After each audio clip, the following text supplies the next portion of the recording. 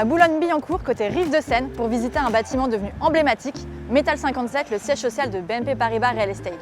Avec son architecture particulière et son panel de services, le bâtiment a été pensé comme un véritable lieu de destination pour donner envie aux collaborateurs de s'y retrouver. On va y rencontrer tout de suite Olivia Dufour, Hospitality Manager, pour un tour du propriétaire. C'est parti pour la visite.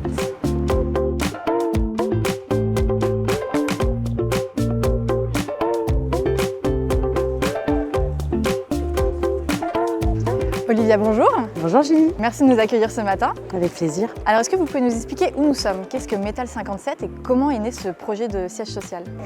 Alors en fait, le site a été créé en 1984 par Claude Vasconi, architecte, pour les ateliers Renault. Donc en fait, c'était un atelier de fonderie, d'outils de presse, etc.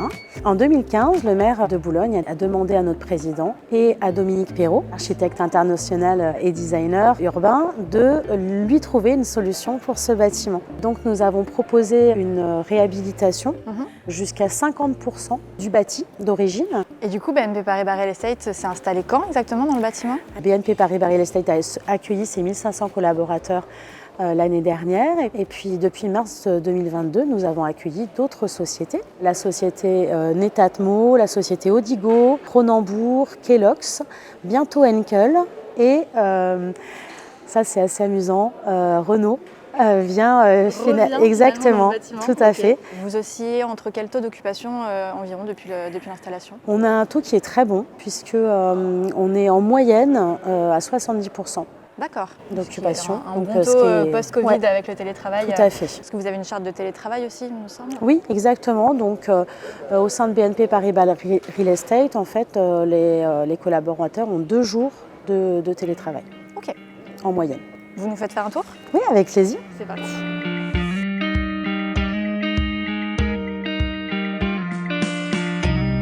Alors Olivia, la particularité de ce bâtiment, c'est quand même cette rue intérieure impressionnante. Elle vit tout au long de la journée?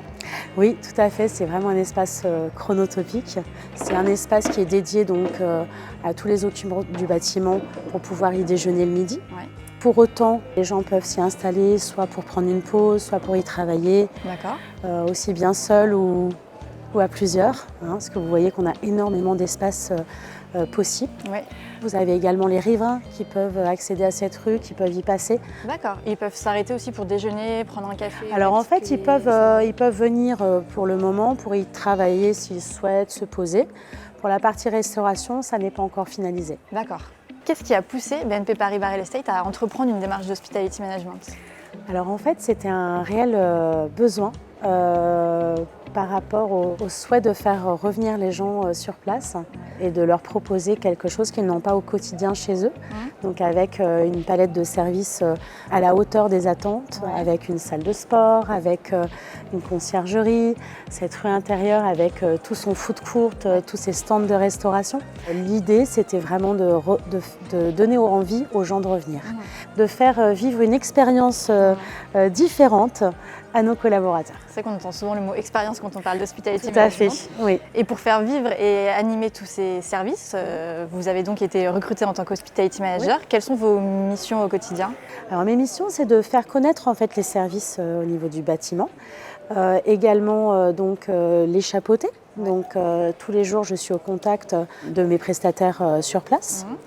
Donc c'est vraiment de dynamiser l'offre, de faire en sorte que tout le monde se sente bien, avoir des contacts réguliers avec mes prestataires. Et également pour tous les occupants du bâtiment, je suis le point de contact par rapport au service. D'accord. Donc ce qui veut dire que je vais, à chaque fois qu'une nouvelle société arrive, c'est de leur proposer des visites, de leur faire connaître les services, etc. Vous êtes la personne référente, mais est-ce que vous travaillez toute seule ou est-ce que vous avez du monde à vos côtés dans votre équipe? Oui, en fait, nous sommes au nombre de 3. Okay. Donc je travaille en binôme avec Vanessa, qui est notre community manager.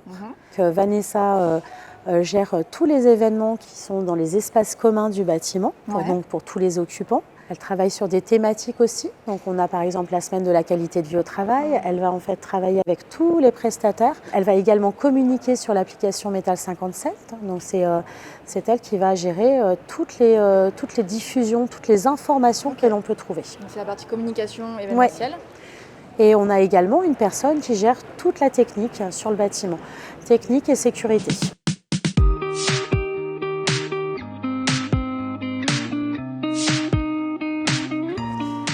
là, on se dirige vers la conciergerie. Oui. Conciergerie qui est ouverte à tous, Exactement. même aux sous-locataires. Oui, tout à fait. Ok. Je vous en prie. Comment est pensé cet espace? Comment il fonctionne? Est-ce que vous êtes inspiré des codes hôteliers aussi, comme on le voit dans plusieurs entreprises? Alors oui, tout à fait. En fait, l'aménagement ainsi que les services proposés, on a vraiment une multitude de services qui sont mis à disposition.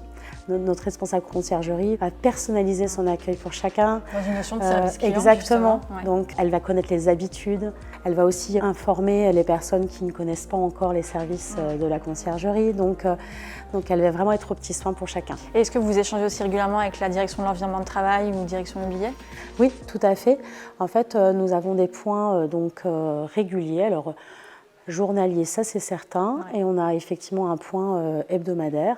Alors, pour effectivement échanger sur les axes d'amélioration, donner des informations de part et d'autre, des choses qui ont avancé au niveau des services du bâtiment. C'est vrai qu'on travaille vraiment main dans la main. Une coopération et un échange régulier en vue d'une amélioration, du coup, toujours une amélioration ou voir ce qui fonctionne, ce qui ne fonctionne pas, faire évoluer les services, enfin, toujours dans une réflexion par rapport à ça et vraiment s'assurer du bien-être des occupants.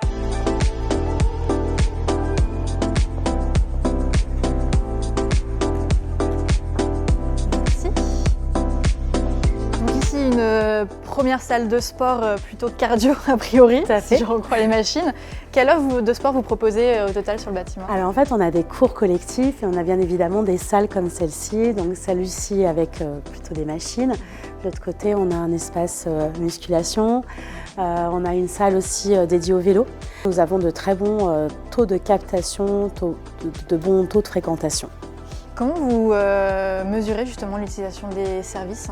Au niveau des services, nous avons donc des points réguliers, donc mensuels et trimestriels avec nos prestataires, dont la salle de sport. Et donc après, l'idée, c'est de voir en fonction des cours qui fonctionnent ou qui fonctionnent un peu moins, ce que l'on peut mettre en place, les plans d'action. Les plans d'action sont bien évidemment travaillés avec la DET. Et ma direction.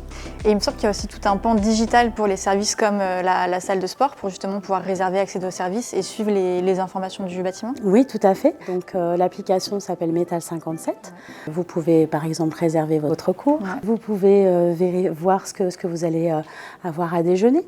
Même mettre de l'argent sur votre compte. Et puis bien évidemment toutes les informations, tous les événements qui sont proposés par la community manager du site.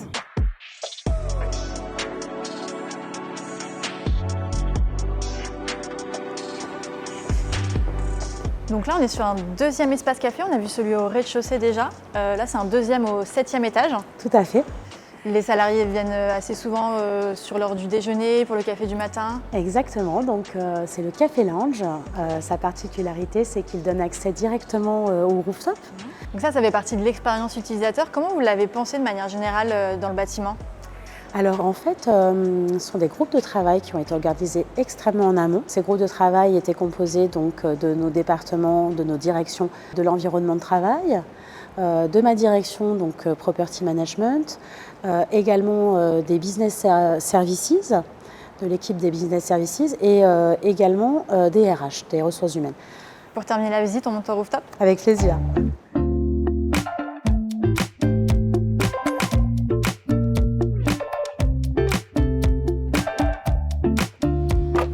Du spectacle, le rooftop. Oui, le rooftop est magique, tout simplement. Alors, il est dédié à tous les occupants du bâtiment et également, nous accueillons des événements de sociétés extérieures puisque le bâtiment est un ERP, donc établissement recevant du public première catégorie. Alors, ça fait maintenant plus d'1 an que vous êtes dans le bâtiment, que vous êtes approprié les lieux. Est-ce qu'il y a déjà des choses à changer, à modifier pour l'améliorer toujours plus? Alors, on peut toujours améliorer les choses. Moi, je dirais que c'est vraiment de réussir à faire connaître, alors par différents canaux de communication, encore plus en fait ce que l'on propose en termes de services, donc faire connaître les services du bâtiment, donner envie aux gens effectivement d'utiliser nos services. Et si on se projette un peu, est-ce qu'il y a une prochaine étape à franchir pour consolider votre vision de l'hospitality? Pour moi, c'est de toujours adapter les services, les rendre toujours plus innovants, enfin l'offre en tout cas, de façon à ce que nos collaborateurs soient le plus satisfaits possible. De mettre en place des événements ou des services fédérateurs. Innover toujours plus dans les services. Exactement. Merci beaucoup Olivia pour cette visite. Plaisir. À bientôt. À bientôt.